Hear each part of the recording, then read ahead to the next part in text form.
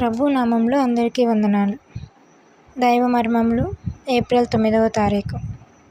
మొదటి సమూయేలు 3వ అధ్యాయము 13వ వచనము. తన కుమారులు తమను తాము శాపగ్రస్తులుగా చేసుకుని ఉన్నారని తానెరిగియు వారిని అడ్డగించలేదు. ఏలి తన కుమారుల దుష్టత్వము నెరిగియు వారిని అడ్డగించలేదు. అందుకే దేవుడు అతనిని అంత కఠినముగా శిక్షించెను. మొదటి సమూయేలు 3వ అధ్యాయము 13లో ఇంకనూ చూడుడి. తన కుమారులు తమను తాము శాపగ్రస్తులుగా చేసుకుని ఉన్నారని తానెరిగియు వారిని అడ్డగించలేదు గనుక తన ఇంటికి నిత్యమైన శిక్ష విధింతునని నేను అతనికి తెలియజేయుచున్నాను. ఏదియు అతనికి మరుగై ఉండలేదు, సమస్తము అతడు ఎరుగును.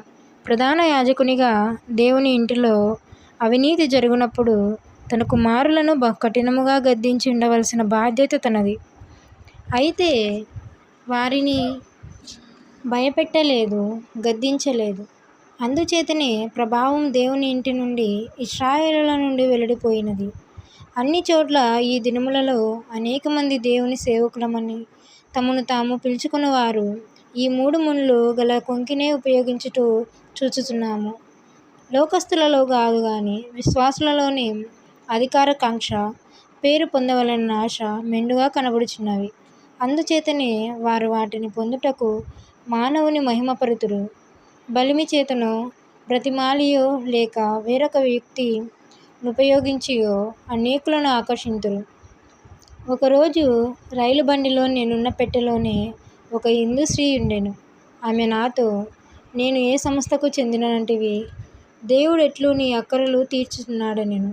అప్పుడు నేను ఆమెతో, నేను ముందు చెప్పినట్లు దేవుడు నా పాపమును క్షమించునని నమ్ముచున్నావా? నా పాపములు క్షమింపబడవలెనని అన్ని విధములా ప్రయత్నించితిని.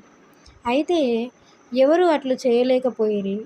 అయితే ఒకనాడు స్పష్టముగా, నా కుమారుడా, నీ పాపములు క్షమింపబడి ఉన్నవను మాటలు వింటిని.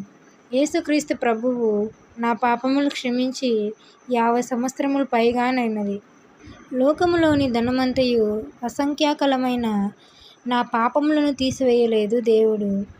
నా పాపములను క్షమించెనని నీవు నమ్మితే నా అక్కర్లు తీర్చగలనని నమ్ముట చాలా సులభము. ఇది నా అనుభవమని సాక్ష్యమిచ్చితిని. డబ్బు కొరకు మనం ఇతరులను అణుగనవసరము లేదు. అడిగినట్లుచో విశ్వాసము కొరత ఉన్నదన్నమాట. మనము దేవుని సేవకులమైతే తన సేవ పట్ల ఆయన తప్పిపోడు. ఆమేన్.